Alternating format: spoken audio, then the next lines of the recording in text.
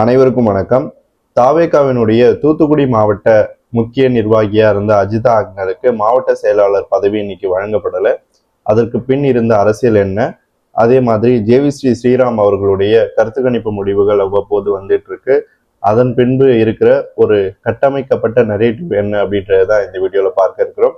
வாங்க வீடியோக்குள்ள போகலாம்.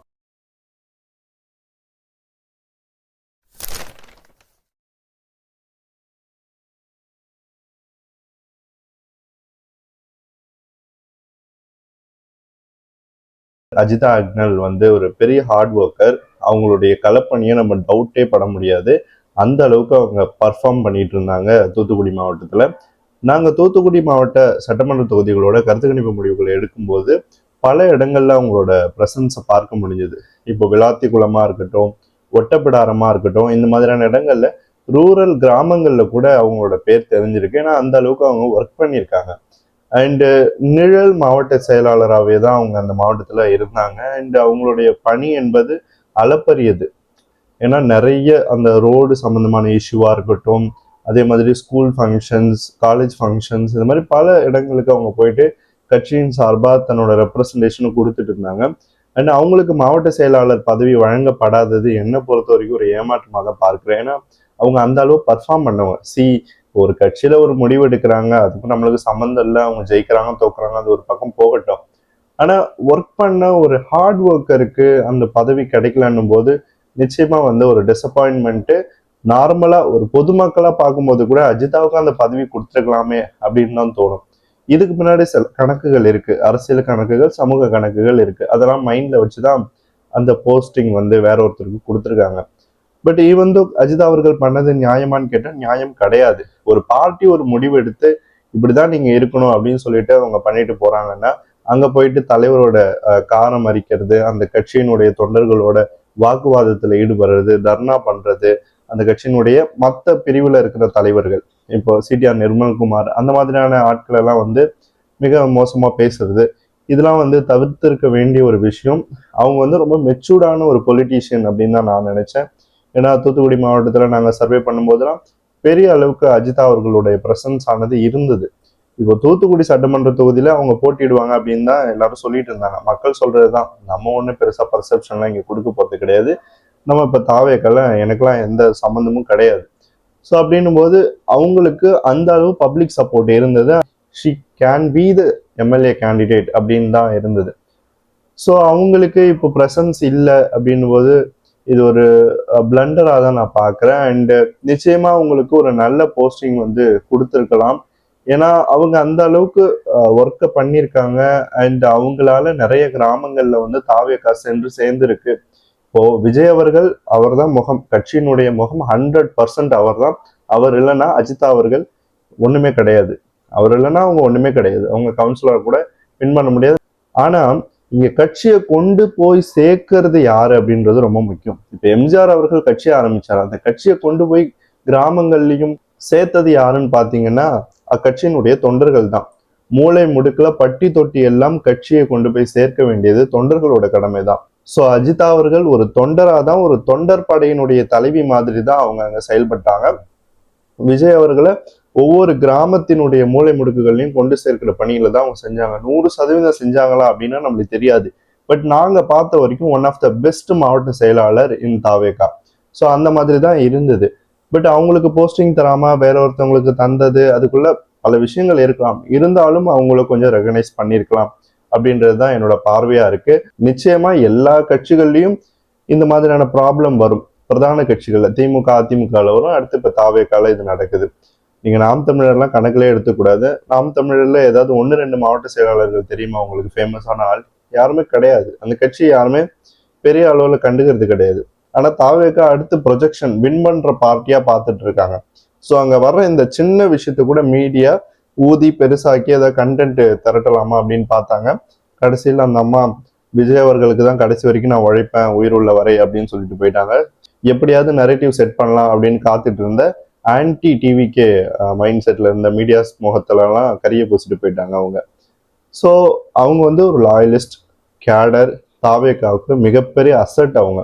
ஸோ அவங்கள பார்ட்டி மிஸ் பண்ணாம அவங்களுக்கு உரிய அங்கீகாரத்தை கொடுத்துச்சு அப்படின்னா நிச்சயமா வந்து அவங்க கட்சிக்காக உழைப்பாங்க. ஒரு ஆடட் அட்வான்டேஜ் தான். இப்போ விஜய் அவர்கள் வந்து இப்போ மற்ற கேண்டிடேட்டை தூத்துக்குடியில நிக்க வைக்கிறதுக்கு பதிலா இவங்க நிற்கும் போது மிகப்பெரிய ஆடட் அட்வான்டேஜ் வரும். ஏன்னா அவங்க அந்த பகுதியில ஒர்க் பண்ணியிருக்காங்க, அந்த பகுதியினுடைய முகமா இருக்காங்க, மண்ணின் புதல்வியா இருக்காங்க. ஸோ அவங்களுக்காக நம்ம பேச வேண்டிய அவசியம் எதுவும் கிடையாது. நான் வந்து அங்க போனப்ப களத்துல பார்த்ததுனாலதான் இதை சொல்றேன். ஒரு போல்ஸ்டரா, ஒரு கருத்து கணிப்பாளரா நம்ம அந்த இடத்துல பார்க்கும்போது இப்போ கேண்டிடேட்டுக்குன்னு ஒரு வேல்யூ இருக்கும். அந்த மாதிரி அஜித் அவர்களுக்கு 15% வந்து வேல்யூ இருக்கு தூத்துக்குடி சட்டமன்ற தொகுதியில. ஸோ அதனால அந்த பிளண்டரை கட்சி பண்ணாம அவங்களோட உழைப்பை வந்து பயன்படுத்திக்கணும் அப்படின்றதுதான் என்னுடைய ஒரு கோரிக்கையாகவும் கருத்தாகவும் இருக்கு. ஸோ அடுத்தது இப்போ ஜேவிசி ஸ்ரீராம் அவர்களுடைய கருத்து கணிப்பு முடிவுகளுக்குள்ள வரும். ஜேவிசி ஸ்ரீராம் ஒரு மிகப்பெரிய போல்ஸ்டர், நிறைய தேர்தலுக்கு சரியா சொல்லியிருக்காரு அப்படின்றத ஒரு ப்ரொஜெக்ஷன். ஓகே, அவர் பெரிய கருத்து கணிப்பாளர் தான், நிறைய கருத்து கணிப்பு முடிவுகளை சரியா சொல்லியிருக்காரு தான்.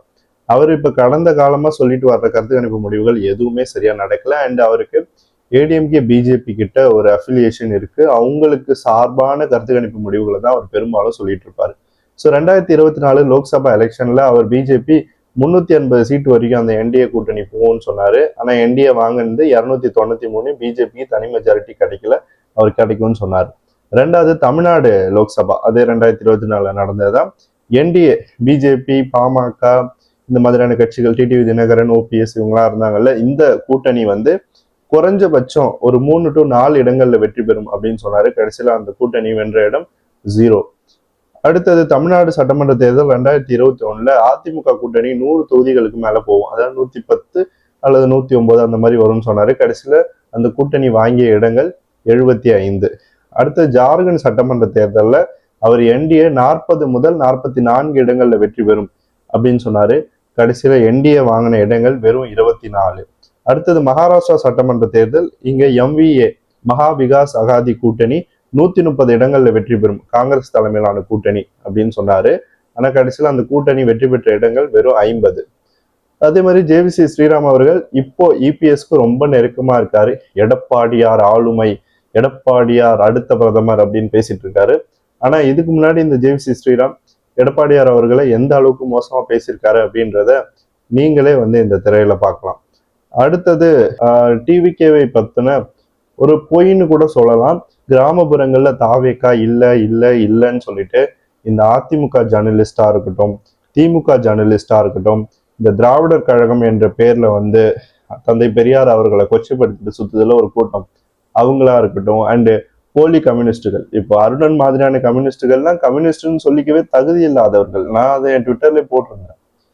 ஒரு கம்யூனிஸ்ட கொள்கையை தாங்கிக்கிட்டே இவர் வந்து ஒரு ஜாதி அடிப்படையிலையும் மத அடிப்படையிலையும் இந்த கட்சிக்கு ஓட்டு போடாதீங்க, இந்த கட்சிக்கு ஓட்டு போடுங்க அப்படின்னு சொல்லிட்டு வெளிப்படையா பேசுறாரு. கேட்டா காம்ரேட், கம்யூனிஸ்ட் அப்படின்னு சொல்லிட்டு. ஸோ அந்த கம்யூனிஸ்ட கொள்கையை பின்பற்றுகின்ற எந்த ஒரு உண்மையான தோழனும் அந்த மாதிரியான வார்த்தை பிரயோகங்களை பயன்படுத்தவே மாட்டான்.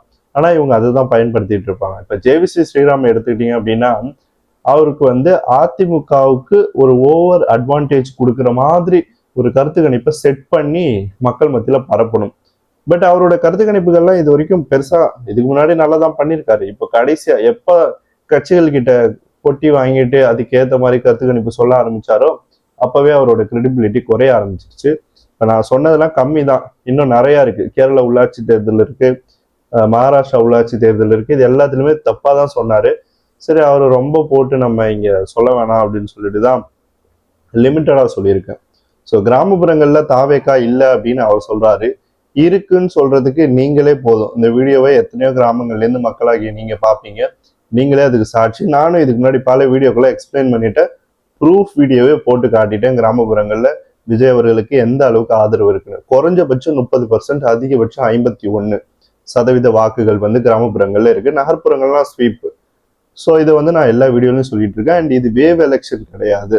ஏன்னா வேவ் எலெக்ஷன்ல ஒரு கூட்டணி அல்லது ஒரு கட்சி வெற்றி பெறுது அப்படின்னா அந்த கட்சி 3வது இடம் போகாது. ஆனா தாவேக்கா 11 சட்டமன்ற தொகுதிகளில் 3வது இடம் போகுது, விச் இஸ் ஈக்குவல் டு 2 மாவட்டங்கள்.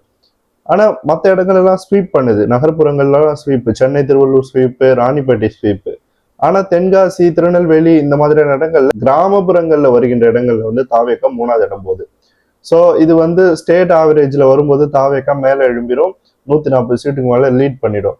பட் இன்டீரியரா நம்ம பார்க்கும்போது இந்த மாதிரி சில பாக்கெட்ஸ்ல வந்து தாவேகா வந்து வீக்கா இருக்கு. அண்ட் தாவேகாவினுடைய பலமே அந்த தன்னெழுச்சியான ஓட்டிங் பேட்டர்ன் தான். ஸோ அந்த ஓட்டிங் பேட்டர்னை எப்படியாவது இந்த கட்சி வந்து கொண்டு போய் பூத்ல சேர்த்துடணும். ஏன்னா ஓட்டு போட விருப்பப்படுற அந்த மக்களை வந்து கொண்டு போய் சேர்க்கறது ஒரு உண்மையான கேடஸோட வேலை. இப்போ அஜிதா மாதிரியான கேடர்ஸ்லாம் அதுக்காக இருக்கிறவங்க தான். ஸோ அவங்களெல்லாம் பயன்படுத்திக்கணும். அதை விட்டுட்டு வேம்புக்குன்னு ஒரு அரசியலை பண்ணணும்.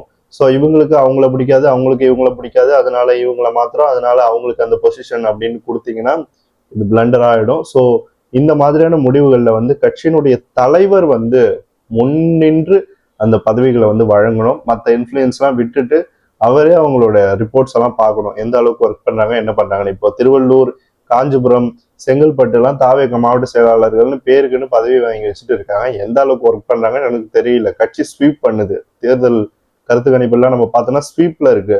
ஆனா களத்துல பாத்தீங்கன்னா யாருன்னே தெரியல. ஏன்னா அங்க போய் கேட்கும்போது இங்க யார் மாவட்ட செயலாளர்னு கேட்டா யாருன்னே தெரியலன்றாங்க. ஒரு கொடி கூட நடுறதுக்கு ஆள் இல்லை செங்கல்பட்டு மாவட்டத்துல இருக்கிற குக்கிராமங்கள், சின்ன சின்ன கிராமங்கள்ல. ஸோ இந்த மாதிரியான ஒரு சிச்சுவேஷன் தான் இங்க போயிட்டு இருக்கு. ஆனா இது எதுவுமே புரியாம வந்து திடீர்னு இப்போ அஜிதா அவர்கள் வந்து இந்த கட்சியை விட்டு போற மாதிரியான ஒரு நரேட்டிவ் மீடியா செட் பண்ணிச்சு. ஆனா அவங்க போகல. அதுக்குள்ள தாவேகாவை சேர்ந்த சிலர் எல்லாரும் என்ன சொல்லிட்டாங்க, அவங்க திமுகவோட கைக்கூலி அப்படி இப்படின்னு சொல்லிட்டு. அப்படி இருந்தா அவங்க அவ்வளோலாம் ஒர்க் பண்ணியிருக்க மாட்டாங்க. ஏன்னா அந்த மாதிரியான கருத்துக்கள் தான் தூத்துக்குடியில நாங்க பார்த்தோம்.